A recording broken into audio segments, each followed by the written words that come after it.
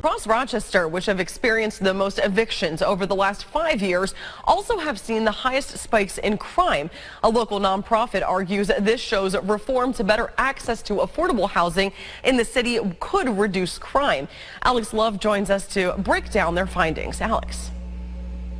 Well, Isabel, Cornell University gathered eviction filing data from the New York State Unified Court System from 2016 through 2021, then studied crime trends in every Rochester zip code over that same time frame. They found in almost every area, the higher the evictions, the more crime took place. For the past 4 years, Oscar Brewer of Rochester has lived with his family off Clifford Avenue. By working closely with people in economic hard times while facing them himself, he's seen firsthand how losing your home can lure people into trouble. What else are they going to do if they can't go to work? They're going to have to find a way to eat. They're going to have to find a way to, to wash their clothes or whatever. So you're going to have a common person that's never thought of probably breaking into homes or breaking into local businesses. They're going to have to result in nothing else. Research from Cornell University found from 2016 to 2021, most zip codes in Rochester that had more evictions also saw the most crimes than communities with fewer evictions, showing correlation to larger systemic problems like poverty, housing insecurity, and economic inequality, leading people to crime. When they're evicted, they're more likely to lose their employment, they're likely to experience more poverty, they're going to have mental health issues, sometimes increase in drug abuse, and all of those things are factors that can lead someone to turning to crime. Evictions correlate with every kind of crime. Earlier this year, Oscar and his family were also served an eviction they're currently fighting in court.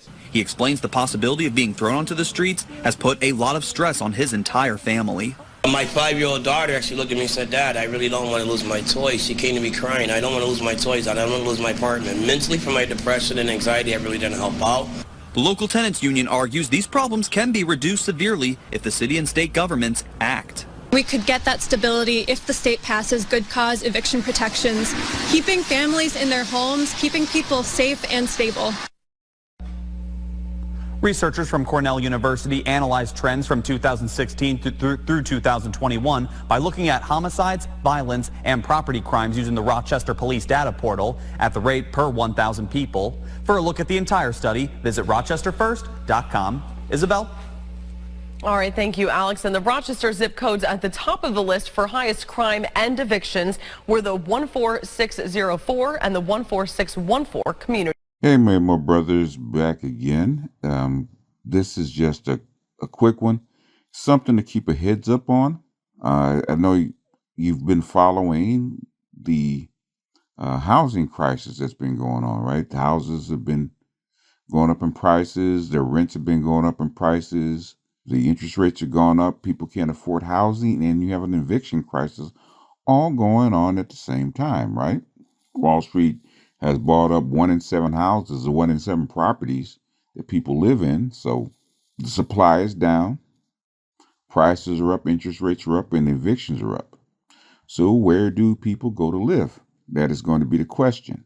So the video you just looked at was talking about the correlation between evictions and homelessness and crime. Okay, normally homelessness, especially in a rich country like this, is fairly at a low level. What happens when you have a tsunami of homelessness out there in the streets? What do you think is going to happen? What do you think is going to happen to the crime level? What do you think is going to happen to the neighborhoods?